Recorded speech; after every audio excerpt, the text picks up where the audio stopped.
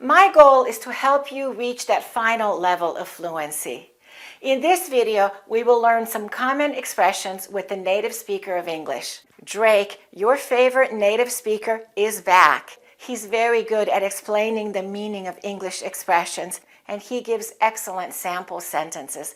That way, you truly understand the meaning of the expressions, and you'll be able to use them yourself. All of the expressions contain the word name, and I will explain the expressions that Drake is using while he's teaching you the meaning of these expressions.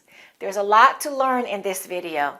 I always say the key to true English fluency is being able to use the expressions that native speakers use. For example, do you know the meaning of the expression to name names? A non-native speaker might say, he went to the police to identify the people who committed the crime. Or they might say, he gave the police the names of the guilty people. But a native speaker would simply say, he named names. Or in the future tense, he's going to name names. That's one of the expressions that Drake will teach you in this video. These expressions give the precise meaning in just a few words, and that's the benefit of using idioms and phrasal verbs. Another example is if you say someone is a name dropper. Do you know what that means? Is it good or bad to be a name dropper? What do you think? For example, a non-native speaker might say, he likes to mention the names of famous people or important people that he knows in order to impress others or gain influence. But a native speaker would simply say, he likes to name drop, or he's a name dropper. You will learn this idiomatic expression plus many more in this video. Before we get started, I'd like to tell you about my new online video course. It's called Phrasal Verbs for Fluent English. I'm so excited about this course.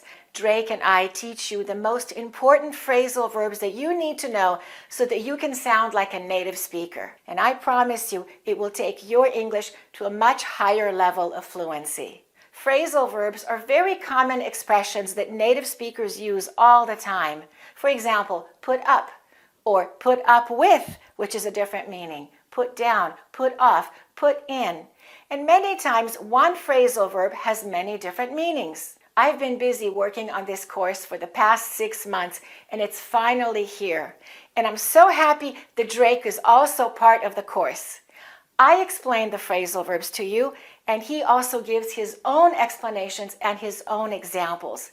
And everything we say in the video is available in PDF, downloadable text, so that you can practice anytime. It's a systematic course that teaches you the most important phrasal verbs that you need to know for fluent English. The course consists of 21 video lessons, plus downloadable PDFs of the whole course. All of the phrasal verbs and their meanings can be downloaded. The course also contains almost 1,000 sample sentences, and that way you can practice the phrasal verbs in different contexts. Plus, downloadable audio of the whole course so that you can listen as many times as you want to. The course also includes conversation practice exercises and multiple choice quizzes. You can click on the link below to learn more about the course. There is also a video that teaches you the rules of word stress and linking so that you can sound like a native speaker when you're using the phrasal verbs. Plus, there is a separate bonus section with just Drake teaching, with a downloadable script of everything he's saying so that you can practice your accent. Click on the link below to learn more and to get started right away. Okay, let's get started. Let's listen to Drake explain some very common English expressions with the word name in them. You name it means that you can say anything and we have it, or I do it. Like a store might tell you, yeah, we have everything, you name it. Basically meaning that they have a large variety of product. You can name something off and they have it.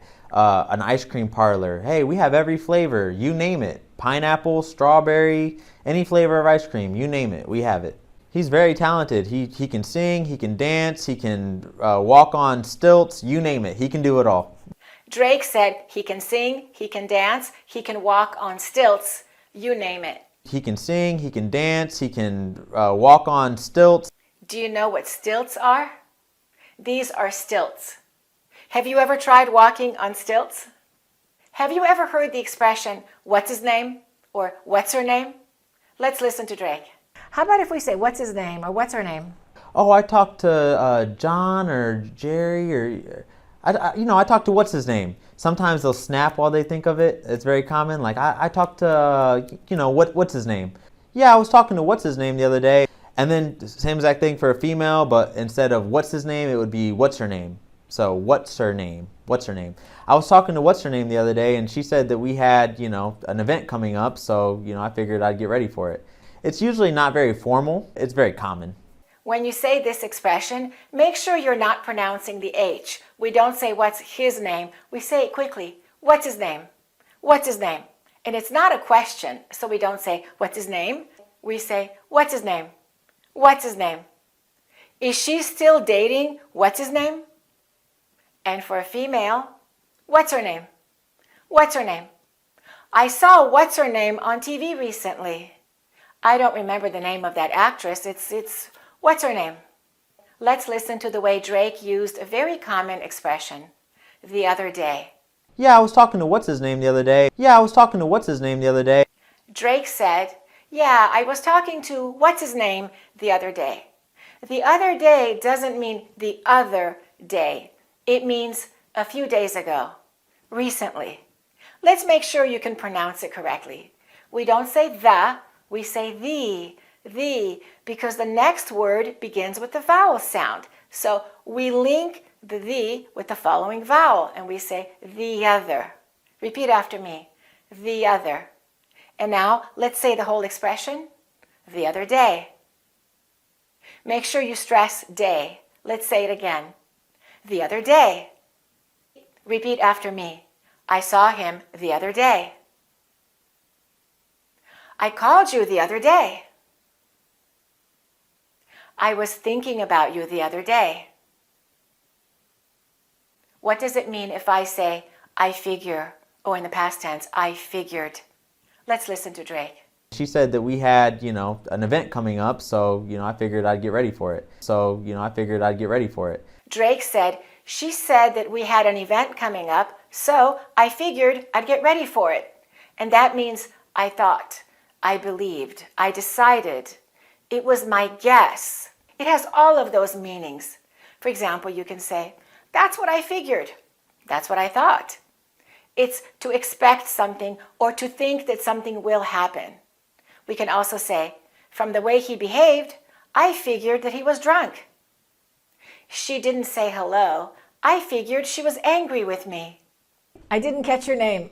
I didn't catch your name. Maybe when you told me your name, I wasn't listening, or maybe I'm bad with names. I forget names easily. So it's just another way to say, tell me your name again. I didn't catch your name. I didn't remember your name. It's kind of a polite way, I think, to say that I didn't remember your name. Hello, my name is Drake, and if you didn't remember my name, maybe 5 minutes later, you could say, well, okay, I'm going to get out of here. I didn't catch your name. Tell me again. What was it? Oh, my name was Drake. Oh, okay, Drake. Cool. I'll save that, What does it mean if someone says, that's the name of the game? Let's listen to Drake. That's the name of the game. That's the name of the game is just another way to say that's how it goes. It's very common in this type of business. In boxing, someone gets knocked out. Hey, that's the name of the game. If you go to buy a car and maybe you pay too much for the car, the salesman duped you or he tricked you. Hey, that's the name of the game. This is car sales. You're going to get scammed sometimes. That's the reality of it. That's the reality of it, exactly. That's the name of the game. That's how things are done. That's how it goes. For example, we can say, in the competitive world of business, making tough decisions and adapting quickly is the name of the game. Let's listen to how some other people used it. Name of the game is buy back your own stock and drive up the value of the stock. Video content and photo content is the name of the game here. But again, and I really want to emphasize this, sustainability is the name of the game. Drake used the verb to dupe someone. Let's listen. If you go to buy a car and maybe you pay too much for the car, the salesman duped you or he tricked you. To dupe someone is to deceive or trick someone into believing something that is not true. To fool or to cheat someone. For example, we can say, the online advertisement duped me into purchasing a fake product. Or we can say, that salesman duped you. Another similar verb is to scam. Let's listen to Drake. Hey, that's the name of the game. This is car sales. You know, you're going to get scammed sometimes. You're going to get scammed sometimes. Drake said, you're gonna get scammed sometimes. To scam someone is to deceive someone, to trick them into giving you money or personal information. And scam is both a verb and a noun. So we can say, it's a scam. And as a verb, we can say, that person was scammed. And a person who tries to scam people is called a scammer. The police caught the scammer. Let's learn the expression to call someone names. Is that a good thing or a bad thing? What do you think? Let's listen to the way Drake explained the meaning. To call someone names. To call someone names is like calling them something disrespectful that's not their name. Calling them names would be like calling them like an idiot or stupid or dumb or any other bad name that you can think of. Name calling is just another way to say calling them names. In school, when you were younger and you would get mad at someone and you wanted to call them something bad, you wanted to call them maybe stupid, the teacher might say, hey, that's not very nice. No name calling in my classroom. You know, and maybe politicians, sometimes they act a little immature. They can act like children sometimes, and you'll say, hey, that's not very classy to name call. You know, you shouldn't be name calling when you're an adult. Name calling is very childish. To call someone names is a verb, obviously, but we can also use it as a noun. We can say name calling. Name calling is bad. Name calling is not allowed in the classroom. Let's look at the meaning of name dropping and the noun, a name dropper. Let's listen to the way Drake explained it. Name dropping. Name dropping is the act of trying to brag maybe about a certain brand that you're wearing, like, hey, I'm wearing Tom Ford, or, oh yeah, he was wearing Louis Vuitton. You could also even use it like a celebrity, if someone was hanging out with a celebrity, or if they maybe knew a celebrity, like, oh, I went to Jay-Z's birthday party. That's considered like bragging, so you would call that name dropping. That person was name dropping. It's very common in like Los Angeles, where there's a lot of celebrities out here. Maybe someone thinks that they're cool and they can say like, oh yeah, I went to a party and, you know, Leonardo DiCaprio was there. I went to a party and, you know, Eminem was there, the rapper, he was there. And a person that's name dropping would be a name dropper. Nobody likes a name dropper. Let's listen to how Drake used the verb to brag. Oh, I went to Jay-Z's birthday party. That's considered like bragging, so you would call that name dropping. That person was name dropping. Drake said, oh, I went to Jay-Z's birthday party. That's considered bragging. We can say to brag or to boast, and that means to talk about yourself too much, about your own achievements, or about your own possessions or abilities. For example, we can say, she's always bragging about how much money she makes. Or you can say to someone, stop bragging. And a person who brags is called a braggart. A braggart. Nobody likes a braggart. Let's learn the meaning of the expression to be on a first name basis. Let's listen to Drake explain it. On a first name basis. A first name basis, you know that person personally. It's not such a formal relationship. It's not like, hello, Mr. Johnson. It's a first name basis. So you would call Mr. Johnson, if his name was Mike, you know him as Mike or Michael. You know, you know him personally, you know him as a friend maybe, or just well enough to be able to call him by his first name. To not have a penny to your name. He doesn't have a penny to his name. Not have a penny to their name is just another way to say someone is broke, or they don't have any money, they've ran out of money, they have $0, they don't have a penny to their name. He doesn't have a penny to his name. And this is a penny. It's 1 cent. It's the smallest amount of currency. So if we say he doesn't have a penny to his name, it means he has nothing. He doesn't have any money at all. Do you have a similar expression in your language? I'm bad with names. I'm bad with names is a way to say that it's hard for you to remember someone's name when they tell you. I'm personally bad at names. Are you? So for me, it takes me days, weeks to really be able to remember someone's name whenever I start somewhere working. I can only remember a few different names, and then it's hard for me after that. So I'm bad with names. Someone can tell me their name and I'll forget almost right away. Let's learn the expression to name names. To name names. To name names, it's usually used like tattletaling, maybe to the police. The police want to know certain names that were involved in a certain crime or a certain situation, and naming names is like if someone starts mentioning those people. Maybe they were part of it, but they're mentioning names. They're naming names of people that were involved in that crime. So it's almost a way to say, like, you know, ratting them out, tattletaling on them, snitching. They're telling on them. To name names means to identify people, to mention specific names, especially of people involved in something wrong or illegal. For example, we can say, during the investigation, the witness refused to name names. Or if you're going to accuse someone, be prepared to name names and provide evidence. Let's listen to the way some other people used it. I'm not going to do that because I don't want to name names, but like... You said you don't want to name names. I'm going to ask you to name names. I'm not asking you to name names. Who refused to name names and ended up going to jail. Let's go on to the next expression. Do you know what a tattletale is? If I say to you, you are a tattletale, is that good or bad? Let's listen to Drake. Ratting them out, tattletaling on them, snitching. They're telling on them. To tattletale is also a verb, and that means to tell secrets about what someone else has done, especially if you tell a teacher or a parent or someone else in authority. You tell them what the person did. You're a tattletale. Don't tell him anything. He's a tattletale. When I was a child, my brother was a tattletale.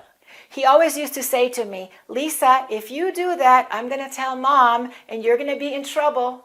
Did you have a brother or a sister like that? Someone who was a tattletale? Let's listen to how some other people used it.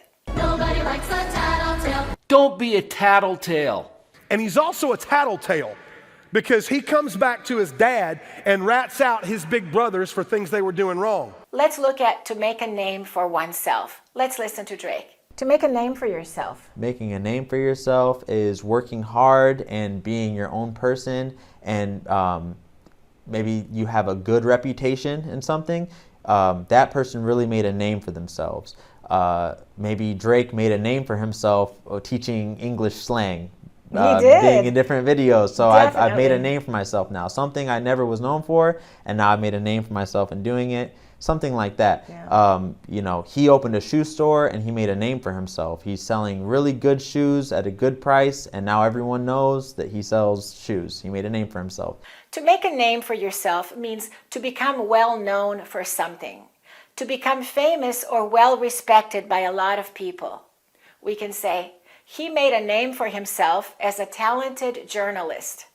Or, she hopes to make a name for herself in that industry. This has your name written all over it. This has your name written all over it is maybe a way to say that item or that opportunity is perfect for a certain person. If someone tells you that something has your name written all over it, they were thinking about you and they think that you would be perfect for that thing. Like if they see, maybe they're at the mall and they see a jacket and they think that it's just your style. You know, they think it would look perfect on you. Maybe it's perfect for your personality to wear that jacket. They would say, look at this jacket. This has your name written all over it. You need to buy this jacket. It's going to look perfect on you. Or maybe even for like a job, you can use it. It doesn't have to be a piece of clothing. It can be like a job. It has your name written all over it. You need to get this job. You need to apply for this job. You know how to do that. For most of my career, I've taught professionals how to communicate effectively in an English-speaking workplace. One of my students, who is an investment banker, said to me, Lisa, I want to learn how to have small talk with native speakers. I want to be able to connect with my native speaking coworkers. I want to learn how to use the expressions that they're using. I hear these expressions every day. I don't know what they mean, and I don't know how to use them. And this is why I created this course. If you want to feel confident and comfortable communicating with native speakers, this course is for you. Phrasal Verbs for Fluent English. To find out more about the course, click on the link below. Thanks for watching and keep practicing your English.